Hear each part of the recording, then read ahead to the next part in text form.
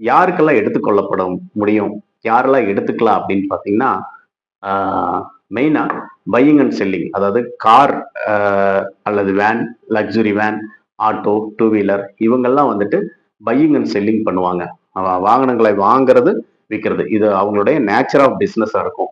இவங்க வந்து இந்த ஐடிசிய எடுத்துக்கலாம். ஒரு சப்போஸ் அவரு வாங்கி விக்கிறவரா இருந்தாருன்னா, வாங்குறதுக்கு ஐடிசி எடுத்துக்கலாம். சப்போஸ் ஒரு அம் ஒரு மாடலுக்காக ஒரு ஷோரூம்ல நிறுத்தி வைக்கிறாரு அப்படின்னா, அத அசெட்டா கன்சிடர் பண்ணி அத சேல் பண்ற வரைக்கும் அதுக்கான ஐடிசிய இவர் யூட்டிலைஸ் பண்ணலாம். அதனால இதுல இந்த மாதிரி ரிலேட்டடான பெர்சன்ஸ் மட்டும் இந்த ஐடிசிய யூட்டிலைஸ் பண்ணலாம். அப்படின்னா, அடுத்த ஆள் பார்த்தீங்கன்னா, அ பேசஞ்சர் டிரான்ஸ்போர்ட் அதாவது டூர்ஸ் அண்ட் டிராவல்ஸ் நடத்துறவங்க. அவங்க என்ன பண்ணுவாங்க அப்படின்னா, ஆ சுற்றுலா ஸ்தலங்களுக்கு இந்த வாகனங்கள அந்த பிசினஸ்க்காகவே யூஸ் பண்ணுவாங்க. அப்படின்னா அவங்க யூஸ் பண்ணிக்கலாம். தாராளமா அவங்களுடைய அ எல்லா அவங்களுடைய அசெட் பர்ச்சேஸ் பண்றாங்க. அதுக்கான எல்லா செலவினங்களையும் அதுல வர ஜிஎஸ்டிய வந்து இவங்க யூஸ் பண்ற வருமானத்த இன்கிரீஸ் பண்றவங்க, வருமானத்த ரிசீவ் பண்றவங்க ஐடிசியா எடுத்துக்கலாம். அடுத்தது பார்த்தீங்கன்னா, டிரைவிங் இன்ஸ்டிடியூட் கண்டக்ட் பண்றவங்க.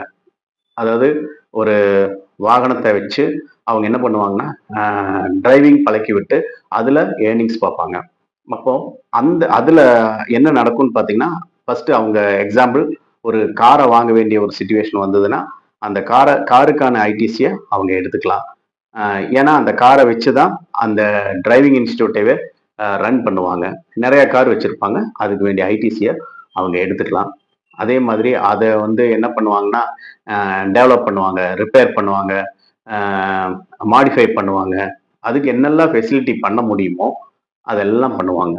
அப்படின்னா, இதுல ரிலேட்டடான எல்லா ஐடிசியும் வாங்குறதுலருந்து அதுக்கு என்ன செலவெல்லாம் நடக்குமோ, அது எல்லாமே யூட்டிலைஸ் பண்ணிக்கலாம்.